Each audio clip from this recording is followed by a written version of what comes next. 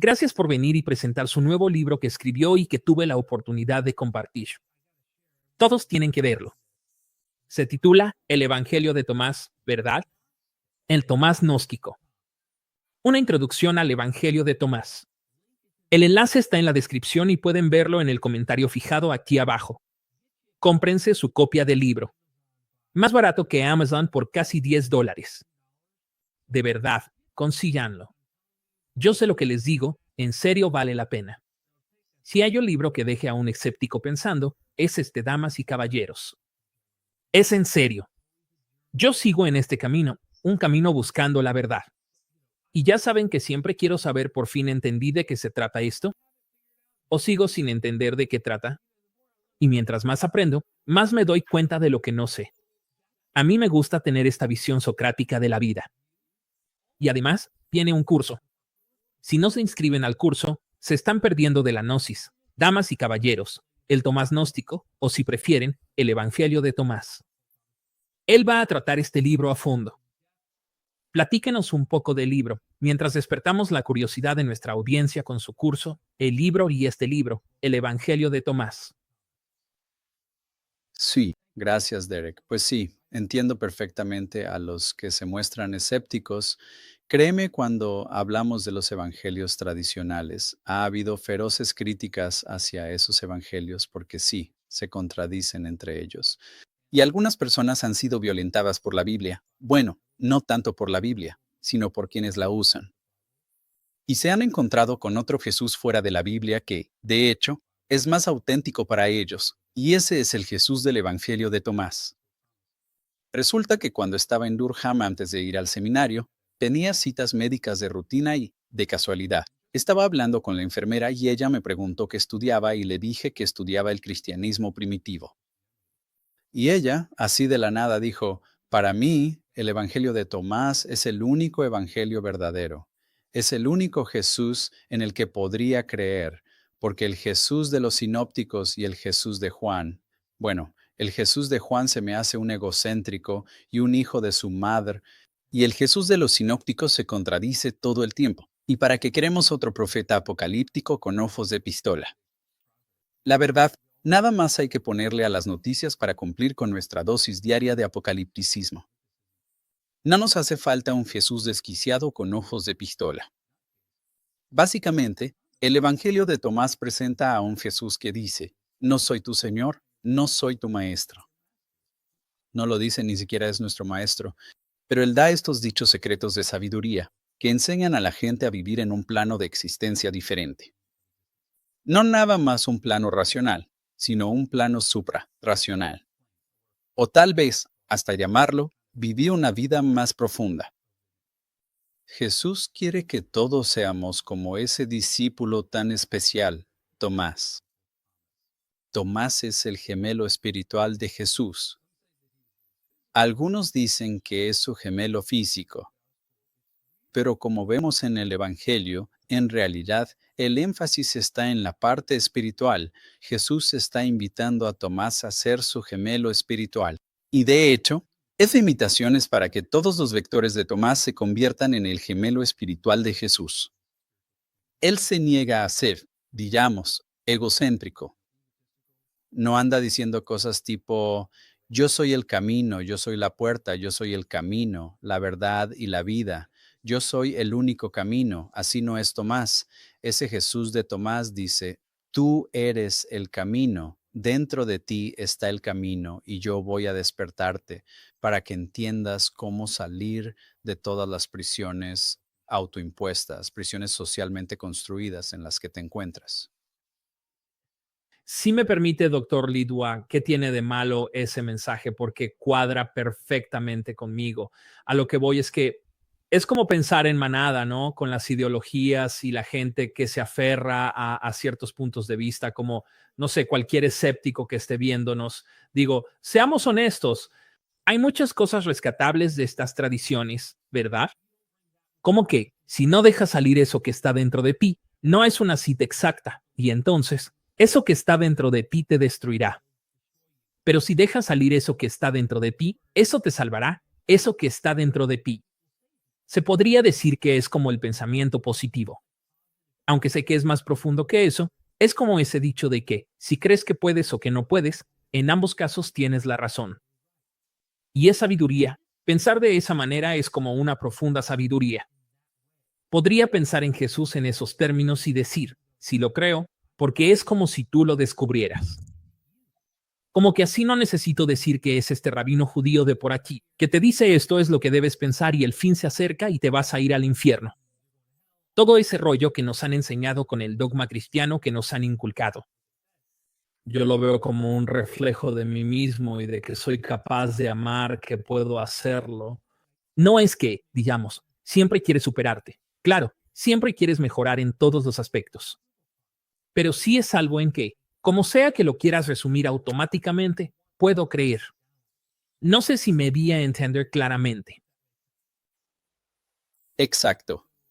Nietzsche dijo que había 3 etapas en la evolución espiritual. En la primera etapa, te pareces a un camello. Es parecido al cristiano evangélico fundamentalista que no fue educado en una tradición de pensamiento crítico, que de hecho va contra la intelectualidad. Y en esa etapa la gente simplemente carga sobre su espalda un montón de dogmas y creencias, y las llevan como un camello, asienten con la cabeza y avanzan por el desierto. La siguiente etapa es cuando te conviertes en león, cuando el camello se transforma en un león, con unos dientes muy afilados, destrozando toda la carga que le habían impuesto. Y esta es obviamente la etapa escéptica o atea, donde solo criticas. Haces trizas mediante métodos histórico-críticos todo lo que la Biblia y gran parte de la historia de la Iglesia tienen que ofrecer. Y ya sabes que ahora se volvió un gran negocio en YouTube. Pero la tercera etapa, dijo Nietzsche, era la etapa del niño, donde el niño aprende otra vez a maravillarse de las cosas e imagina, pero imagina algunas de las cosas que están en la tradición y las comprende de una manera mucho más profunda. Ya no se identifica con la tradición, sino que se identifica con un significado espiritual más profundo. Y esa es la etapa gnóstica, esa es la etapa de Tomás. Y por eso lo llamo el Evangelio gnóstico. Hay mucha reticencia en el ámbito académico a decir que Tomás es un evangelio gnóstico, porque para muchos gnóstico tiene connotaciones negativas, ¿verdad? Porque casi siempre cuando dices gnóstico suena a herético, ¿no? Pero ese no es el significado original de esa palabra. Así es como le estigmatizaron los heresiólogos. Pero tenemos la capacidad de redefinir, o como yo digo, pulir la categoría de gnosis para que tenga un impacto positivo. Hoy en día, la gnosis simplemente trata de alcanzar la salvación a través del conocimiento espiritual, a través de un saber profundo. No tiene que ver necesariamente con la arrogancia. No te hace creer que lo sabes todo. Por el contrario, hace que te des cuenta de lo poco que sabes. Pero lo que sí sabes es que estás en un viaje, ¿me explico? Y el viaje que se te propone en Tomás es un camino de salvación en el que interpretas los dichos secretos y a través de esa interpretación experimentas una perturbación. Y de esa fuerte perturbación empiezas, como dice, a gobernar y finalmente a descansar. Y otra vez, esto se parece a esas etapas de iniciación que mencionamos antes. No quiero que me vean como el académico que les quiere vender la idea de que deberías leer Tomás, porque es como los sinópticos. Por ejemplo, Mark Goodacre, junto con Simon Gathercole, escribió excelentes libros en 2012 diciendo que, bueno, Tomás, al menos en algunos dichos, definitivamente depende de los sinópticos. ¿Y sabes por qué a los evangélicos les encanta eso? Porque piensan, ya no tengo que leer a Tomás, porque no es el Jesús verdadero. Pero, por supuesto, el gnosticismo presupone que la historia no es una ventana hacia la verdad. No importa lo antiguo que algo sea. Me puedo sentar a escribir un evangelio y publicarlo en línea. Y podría ser tan auténtico como lo escrito en Mateo, Marcos, Lucas o Juan. Hasta podría ser más auténtico, ¿verdad? La verdad trasciende al tiempo. No importa cuándo se escribió algo, lo importante es que revele la verdad. Y hay una presuposición filosófica que se mantiene, que es básicamente cristiana, evangélica. Pero los ateos también lo asumen sin darse cuenta, Y es que la verdad llega a través de la historia. Verdad. Sí, es cierto, Que la historicidad te da acceso a la verdad. ¿Y lo que? que sí ocurrió. Sí, sucedió. Pero también se cuestionan, ¿ocurrió en un momento y lugar determinados? Y eso, para ser honestos, es irrelevante para el gnóstico. Y a menos que uno esté dispuesto a aceptar esa dura verdad, es como, digamos, es una píldora difícil de tragar. Para la verdad, eso es irrelevante, ¿no? Cuando estés listo para tomarte esa píldora, entonces estarás listo para leer al Tomás gnóstico. Wow. Bueno, sí, me encanta, porque siento que estoy en esa etapa entre león y niño, en la que siempre voy a tener un poco de Luciano de Samosata en mí, me explico, donde quiero ser muy crítico de las supersticiones y las cosas que existen. Pero a fin de cuentas, también llega un momento en el que pienso, espérame tantito. ¿Y esto de qué me sirve? Porque te topas con pared. Entonces, ¿qué? Esto es todo lo que hay. Ya sabes, ¿por qué no mejor le sacas provecho? Si ese es mi caso, ya te irás dando cuenta de cuáles son mis perspectivas filosóficas. A lo que voy es, ¿por qué no querríamos usar cosas que mejoren y enriquezcan la vida de alguien, si se puede, sin tener una perspectiva literalista de la historia o la verdad? Porque yo también aprendo verdades viendo Game of Thrones, El Señor de los Anillos o lo que tú quieras. Si es una ficción bien escrita, me está enseñando algo profundo sobre mí mismo, sobre el mundo, sobre la moral, la ética, lo que sea. Volviendo al Evangelio de Tomás. Si me permite mencionar algunos ejemplos de este libro, y luego le puedo hacer unas preguntas sobre el texto. Usted, como profesor que enseña este Evangelio, parece tener la misma idea que Himeneo y Fileto. No me acuerdo exactamente de la doctrina de la resurrección, pero según recuerdo, para Himeneo y Fileto la resurrección ya había ocurrido. Y cualquiera con un poquito de sentido común diría, brother, échate una vuelta por el panteón. ¿Cómo que la resurrección ya ocurrió? Las tumbas no están abiertas, los muertos no han resucitado. ¿Cómo es que alguien va a creer que la resurrección ya pasó? Y no me acuerdo exactamente, pero creo que fue por ahí del 50 y tantos, o el 112 o 113, así al vuelo. Cuando dicen, ¿cuándo va a suceder el descanso de los muertos, Señor? Y Él les dice que ya sucedió. Vean a su alrededor, no lo pueden ver, pero ya pasó. ¿Qué onda con esta idea de una espiritualidad que se cumplió en su totalidad? Creo que Juan también refleja esta idea de cuándo ocurrirá la resurrección. Señor, lo sabemos por la muerte de Lázaro. Y él dice, yo soy la resurrección, que por lo menos se acerca un poco más a esta perspectiva gnóstica de Tomás. ¿Qué cree que está pasando, doctor Litua? Bueno, hasta donde sé, Juan también es un evangelio gnóstico. Es gnóstico, pero de otra forma. Yo sugeriría con respecto a Tomás que la gente no confunda el descanso de los muertos con la resurrección de los muertos. Mucho cuidado con eso. De hecho, lo interesante de Tomás es que nunca usa la palabra resurrección. Yo diría que en Tomás la resurrección es básicamente irrelevante. ¿Y por qué digo eso?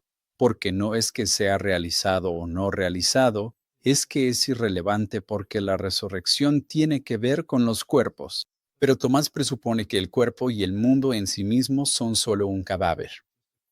Es materia muerta, más bien, materia viva que vive por un tiempo, respira misteriosamente por un tiempo, pero deja de vivir y nada más se desvanece. Entonces, Tomás presupone que tú no eres eso, ¿me explico? Esa es la primera y triste verdad. Tienes que aceptar a esta entidad. Todo esto que conoces, la cara que ves en el espejo, el cabello que peinas, el color de ojos que tienes, el color de piel que tienes, los dientes que tienes, mis dientes no están perfectos, las orejas, todo eso no eres tú. Mejor llévatela tranquila. Para empezar, con cómo te ves. Ni siquiera tú eres tu género. Eso ni siquiera llega a lo más profundo de tu ser. Tomás es platónico, lo que significa que la parte más importante de ti mismo, el verdadero tú, el yo real, es algo distinto. Es una entidad espiritual, es una entidad incorpórea. Y entonces, los que hablan de la resurrección Están hablando de cuerpos y preocupándose por los cuerpos y discutiendo hasta quedarse sin aire sobre si voy a tener los dientes chuecos en el cielo o hasta si voy a tener, imagínate, genitales, aunque ni siquiera los vaya a usar. Claro, todas esas preguntas, en términos del Evangelio de Tomás, son preguntas tontas, pensadas para los inmaduros espiritualmente. El Evangelio de Tomás nos dice que todas esas cosas son irrelevantes. Tú ya estás descansando, ¿o no? Eso es el reposo. Alcanzaste el descanso. Pero no has alcanzado la resurrección, alcanzaste el descanso. Esa es la diferencia con Juan, ¿me explico? No hay resurrección, no hay nada que resucitar porque está soberanamente vivo. Está soberanamente vivo. Y ni te has dado cuenta. ¿Verdad? Y esas personas que te dicen, ya sabes, retomando tu punto anterior, que es liberador para la gente volverse escéptica y empiezan a cuestionar las verdades del fundamentalismo cristiano. Si es liberador, no me malinterpretes. Pero en fin, si el mensaje contrario es que vivimos en un mundo de materia muerta, que nosotros mismos estamos hechos de materia, que misteriosamente respiramos por un tiempo, y luego, si nos atropella un autobús o nada más envejecemos y morimos, regresamos a la materia muerta y se acabó, no hay nada más y solo se vive una vez. ¿Es esa una buena noticia? Todo eso es verdad. No, desde la perspectiva del Evangelio de Tomás. No, no tienes que aceptar algo deprimente solo porque quieras rechazar el Evangelio fundamentalista. Pero por favor, hazlo. Sí, eso no es útil. Pero entonces tu alternativa tampoco debe ser algo deprimente como, ay Dios. La vida carece de sentido. No tiene sentido. La materia muerta. ¿Verdad? Y eso va a pasar. Todos nos vamos a morir. El sol se quedará sin combustible. Todos vamos a morir, aunque no usemos bombas nucleares. Como en 1.000 millones de años, desapareceremos. No quedará ni el recuerdo. ¿Me explicó? Entonces, todo carece de sentido. ¿Verdad? Pero tampoco tienes por qué aceptarlo. Si aceptas el Evangelio, la buena nueva de Tomás es que no nada más eres materia muerta. No eres materia muerta. Estás soberanamente vivo, porque lo que eres no está hecho de átomos. Y eso también requiere un salto de fe. Y al mismo tiempo, es un mensaje de libertad. Sí, ya entiendo por qué. Hagamos de cuenta por un momento que eso no es cierto. Nada más hagamos de cuenta, porque no hay manera de saber si es verdad o no. ¿Qué sería más positivo según esta filosofía? Usted no aboga por el apocalipsis, porque no estás diciendo, miren, no vayan, no hay un mensaje de no hagas algo para mejorar el mundo, para ayudar a disfrutar este momento. Pero tienes que, supongo. Y aunque no fuera cierto, lo que se me viene a la cabeza, doctor Litwa, es que aunque no sea cierto, ¿por qué ser el aguafiestas? ¿Por qué quitarle a alguien la alegría, la esperanza y todas estas creencias? Entonces, ¿por qué no querrías que eso fuera verdad? Aunque no lo sea necesariamente o no puedas saber que no es verdad. ¿Entendió a qué voy con todo esto? Como si te toparas con pared, como mencionó antes. Que todo es materia, todo se está descomponiendo, todo se va a acabar algún día, ¿y ahora qué? Digo, si así están las cosas, nosotros evolucionamos en este planeta para sobrevivir y todos los expertos nos dicen que en el fondo de eso se trata. Entonces, ¿por qué no aprovechar filosofías que nos ayuden a hacer que esta experiencia traumática de la existencia sea mejor, que nos den esperanza y aspiración para imaginar algo más allá, algo mejor? No sé, solo estoy pensando en voz alta. ¿Qué piensa? Bueno, claro, es la filosofía usada como mecanismo de afrontamiento. Básicamente, de eso trata el existencialismo. Eso es como Jean-Paul Sartre, como gente como Albert Camus, que usan la filosofía como un mecanismo de afrontamiento ante ese materialismo científico que dice que todo esto se va a acabar. Estuvo divertido mientras duró, pero sí, luego se tiene que apagar la luz. Y claro, por supuesto que también tienes muchas otras opciones. Podrías volverte un hedonista y materialista, pero en realidad todo depende de ti. ¿Verdad? Y la experiencia gnóstica dice que una parte de ti que te dice desde lo más profundo, tal vez en un estado de meditación, tal vez a través de una experiencia de vida o muerte, tal vez nada más por algo que viste en la noche en el cielo, o quizá por algo que leíste en un texto religioso. Pero hay una voz interior que dice que hay algo más profundo. Este mundo, todo lo que ves es la apariencia exterior, el recubrimiento, y debajo hay algo más profundo, una verdad más profunda. Y algunas personas han experimentado esta verdad más profunda usando psicodélicos. Otras personas han experimentado esta verdad en estados de meditación profunda. Y todavía otras han experimentado esta verdad por azares del destino. Iban caminando por la calle y les cayó de golpe. De hecho, Dale Allison cuenta que, de niño tuvo una experiencia en la que estaba sentado en el porche trasero y vio las estrellas acercándose a él como si fueran naves espaciales, moviéndose hacia él.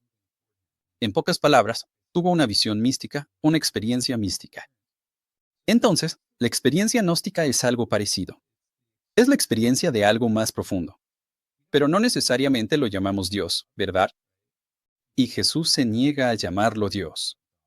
Ese es un detalle muy interesante en el Evangelio de Tomás. Nunca menciona a Dios como la fuerza positiva en el mundo, solo menciona al Padre. Y bueno, me parece muy interesante,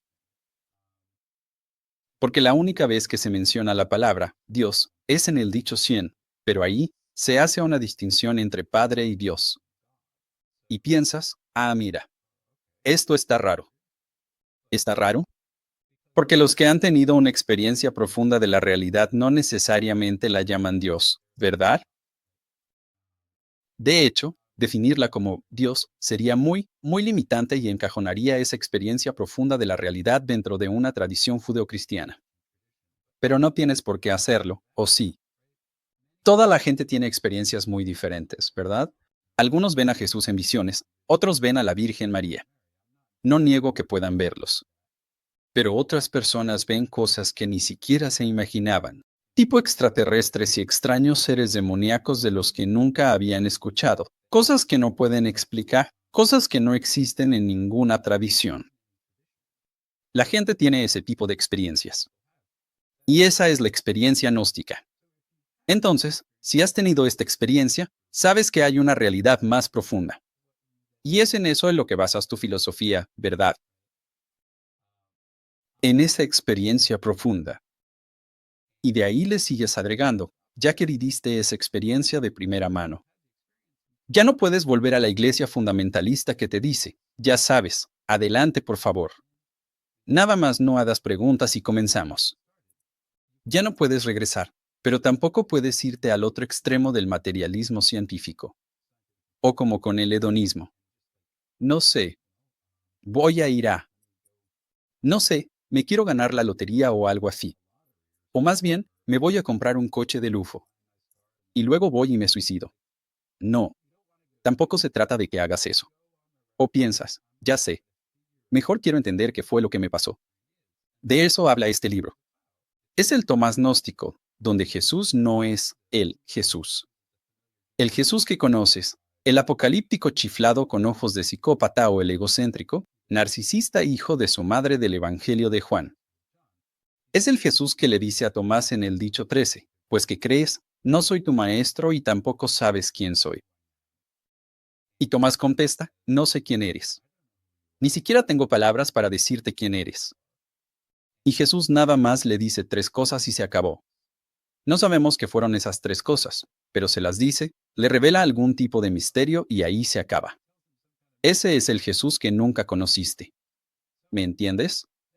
Creo que así se llama un libro de Philip Yancey, algo así como El Jesús que nunca conociste. Ese es el Jesús de Tomás. Ese no es el Jesús de los evangelios canónicos. Este es el Jesús, el de Tomás. ¿De casualidad habla de esos datos interesantes que apuntan a que es un texto muy antiguo?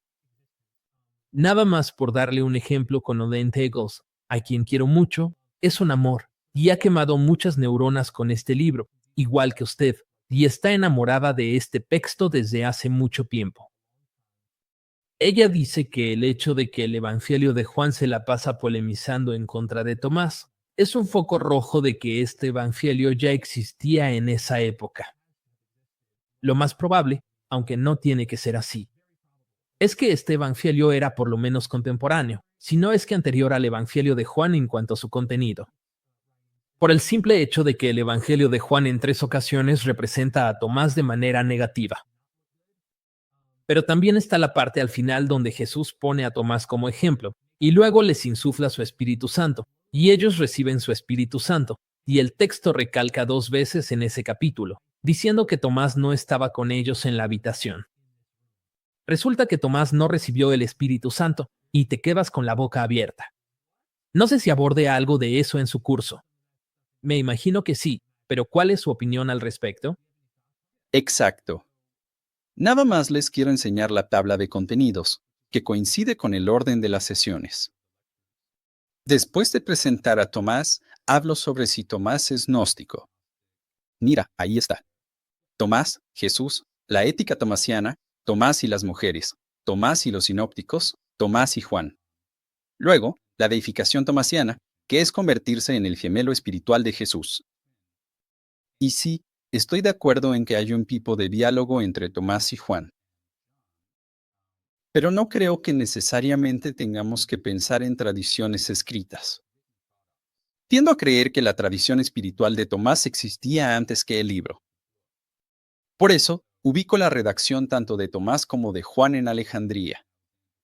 Quiero pensar que eran interlocutores en un diálogo.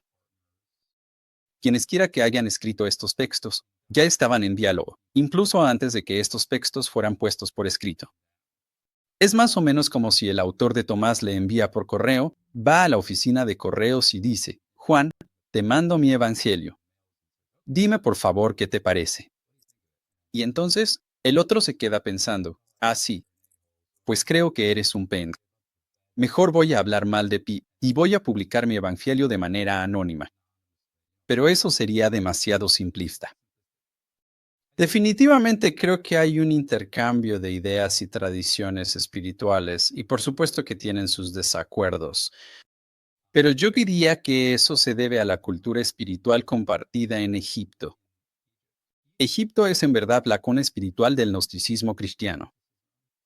Y por eso, quiero que para noviembre de este año la gente se apunte para ir conmigo a Egipto en un tour llamado El Egipto Gnóstico, más allá de Alejandría. Nada más quería que tus suscriptores supieran del viaje. Pueden venir a Egipto conmigo. Escribí un libro sobre Alejandría publicado por Cambridge. Y ya también escribí sobre Tomás. Y si les interesa la otra tradición espiritual egipcia, la hermética, que también creo que tuvo influencia en Tomás y Juan, ya saben, este es el viaje ideal para ustedes. Hola amigos. Durante los últimos 20 años he estudiado los misterios espirituales del mundo antiguo y he llegado a la conclusión de que muchas de nuestras percepciones espirituales más profundas en Occidente provienen en última instancia de un solo lugar, la tierra del Nilo. Los más grandes y, posiblemente, los primeros mistagogos y teólogos cristianos eran todos de Alejandría. Me refiero a Valentín, Basílides, Tarpócrates, el predicador Naaseno, entre otros. He dedicado los últimos 10 años de mi vida a estudiar estos textos y figuras en específico, menospreciados por ser gnósticos. Pero para mí, gnóstico es un título honorífico. Estos son mis propios guías espirituales, porque ellos siguieron el camino de Hermes a través de Cristo. Dos seres distintos, pero el mismo Logos hablando a través del tiempo y el espacio. Quiero invitarlos a que me acompañen en un viaje de transformación por el corazón del Egipto gnóstico y hermético, del 4 al 12 de noviembre de 2025. Bauticé a este viaje como Egipto gnóstico, Alejandría y más allá. Si les interesa ir, asegúrense de venir a la sesión informativa este domingo 3 de agosto a las 3:00 p.m. hora del este para saber más y hacernos preguntas tanto a mí como a la agencia de viajes. El enlace para reunirnos está en la descripción y está fijado en el chat. Pero déjenme contarles más sobre este viaje. Es un tour educativo a profundidad de 9 días y 8 noches, con conferencias en sitio en lugares donde nacieron la filosofía hermética y el cristianismo primitivo, con sitios arqueológicos famosos. Entrarán a las pirámides de Giza, se maravillarán con el nuevo Gran Museo Egipcio y explorarán la necrópolis de Saqqara. Pero también se aventurarán fuera de los caminos conocidos, hacia Alejandría y Hermópolis, los centros espirituales de la sabiduría hermética y gnóstica. ¿Les interesa la sabiduría hermética? Literalmente escribí un libro sobre la hermética, Hermética 1 y 2, que contienen todos y cada uno de los textos de la antigua hermética filosófica, originalmente en copto y griego.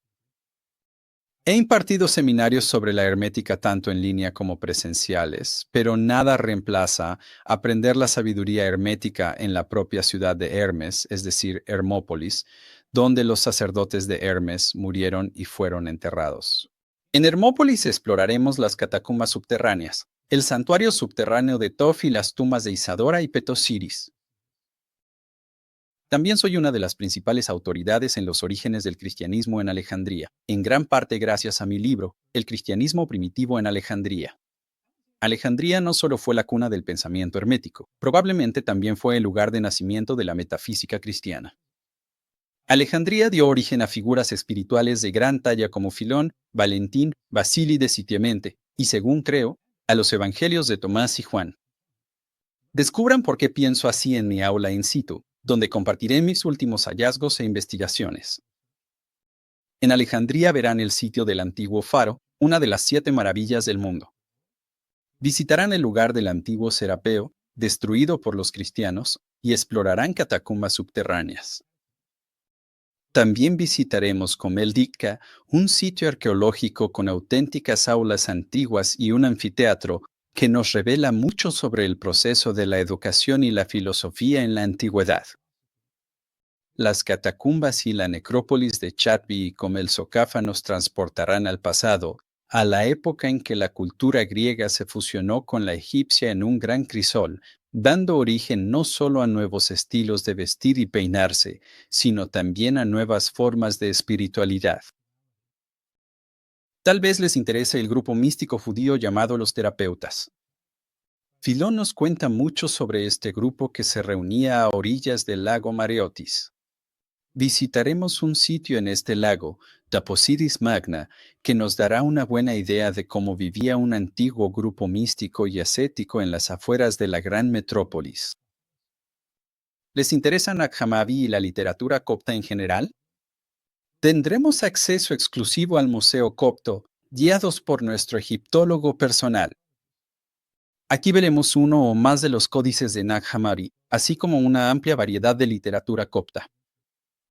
También visitaremos la antigua Babilonia, es decir, la fortaleza llamada Babilonia, que está en el corazón del viejo Cairo. Según 1 Pedro 5:13, el autor llamado Pedro y su hijo Marcos escriben su carta desde Babilonia. Se referían a la Babilonia en Egipto. Descúbranlo a lo largo del recorrido. Me acompañará nuestro propio egiptólogo personal, quien me ayudará a hablar sobre los misterios de los jeroglíficos, la adoración de animales, el símbolo de la pirámide y los enigmas de la esfinge, que veremos de cerca y en persona. Podrán pasearse en camello o simplemente disfrutar de una taza de café turco mientras contemplan la meseta de Giza. También visitaremos la necrópolis de Saqqara, sus galerías subterráneas conocidas como el Serapeo y la pirámide escalonada de Djoser y Unas. Nos adentraremos en las entrañas de esta pirámide y veremos los textos de las pirámides, posiblemente los textos religiosos más viejos de la historia de la antigüedad, que datan aproximadamente del año 2475 AEC. También veremos las tumbas del reino antiguo de Mereruca, Patahotep, Kalemni y el sitio del antiguo monasterio cristiano de Deir Abu Yaramiya. Viajando por el Nilo, visitaremos este pequeño pueblo de Beni Yas San, donde un importante grupo de tumbas excavadas en la roca están talladas en los altos acantilados de piedra caliza en la orilla este del Nilo.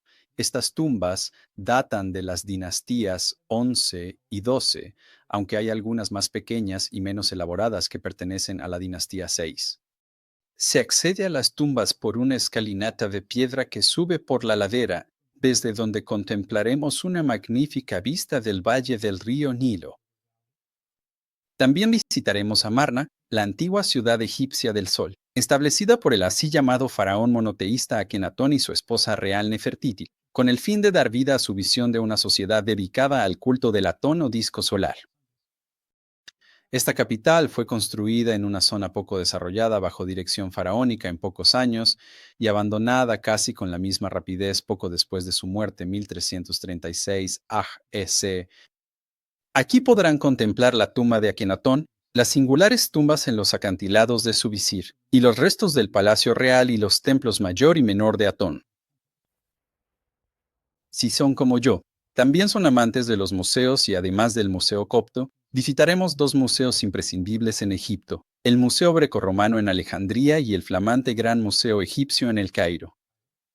Aquí pueden escoger entre más de 100.000 artefactos, incluyendo los restos del rey Tut y su famosa máscara dorada.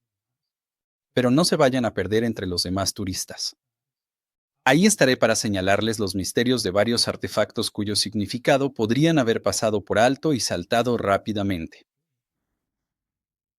Amigos míos, esto no es solo un tour educativo, es toda una iniciación, con conferencias diarias y discusiones en grupo con personas afines.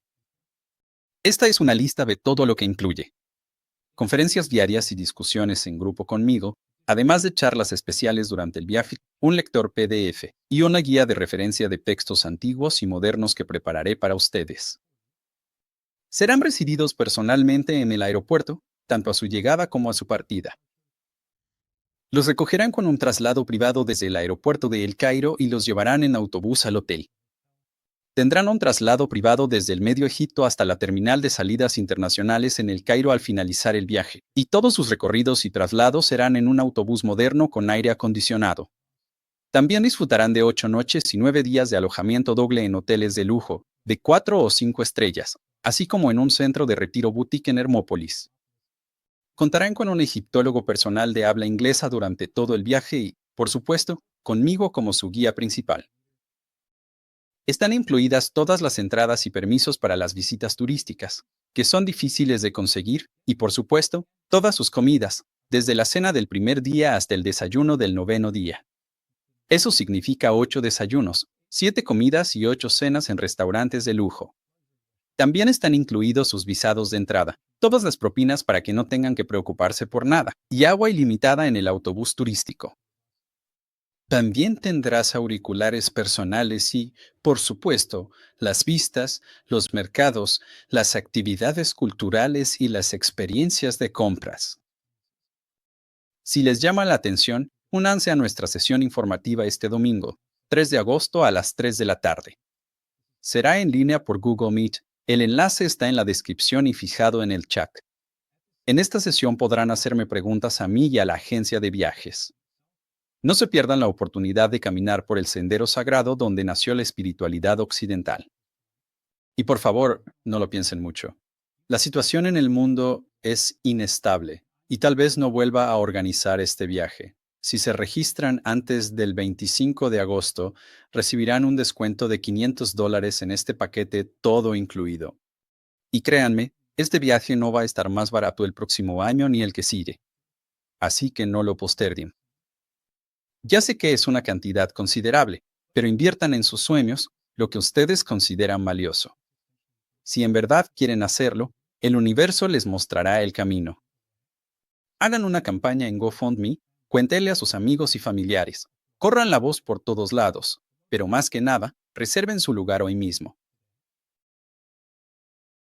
Pero como esa tradición espiritual del cristianismo gnóstico proviene de Alejandría y porque tanto Juan como Tomás surgieron de Alejandría, creo firmemente que están dialogando entre sí y no podemos decir quién fue primero porque, no estamos hablando necesariamente de textos, estamos hablando de un diálogo simultáneo, un ir y venir. Seguramente así pasó.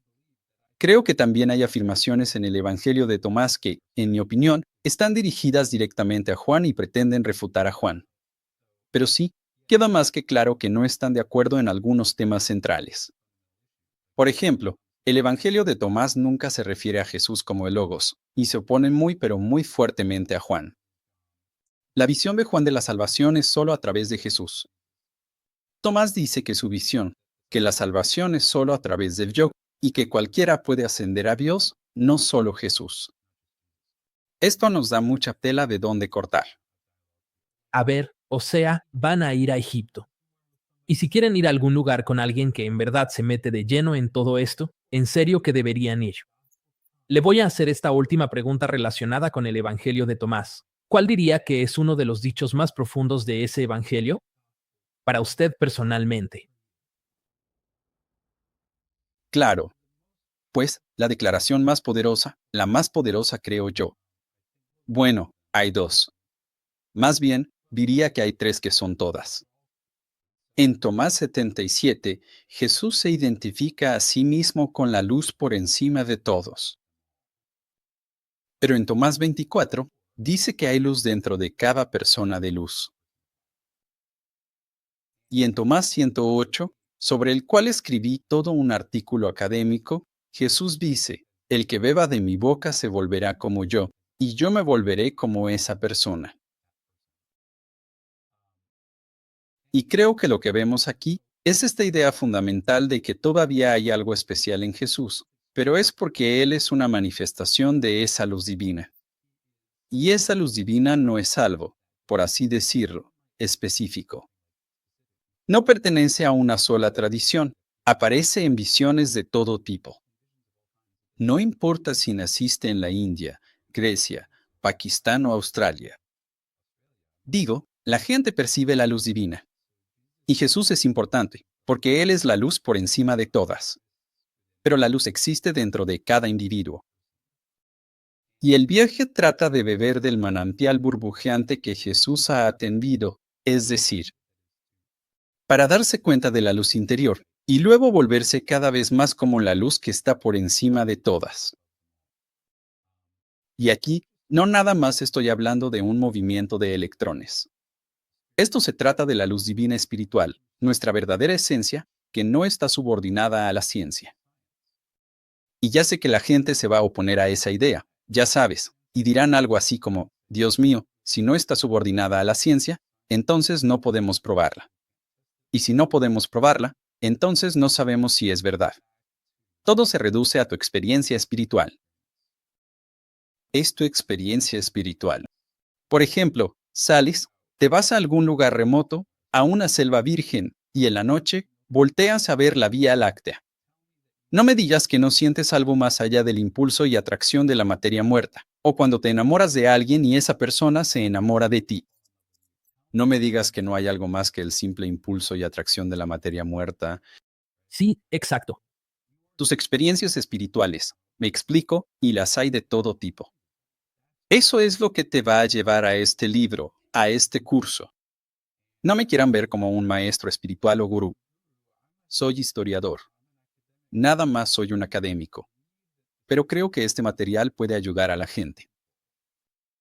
Y de verdad quiero ayudar a las personas que están tratando de no necesariamente volver a su tradición, sino a darse cuenta del significado más profundo de algunas cosas que les han arrebatado, porque ni el cristianismo evangélico ni el fundamentalista son el verdadero cristianismo, y han hecho mal porque le han robado cosas a la gente y con Q que les ha hecho creer que gnóstico es una palabra mala y hay que evitarla.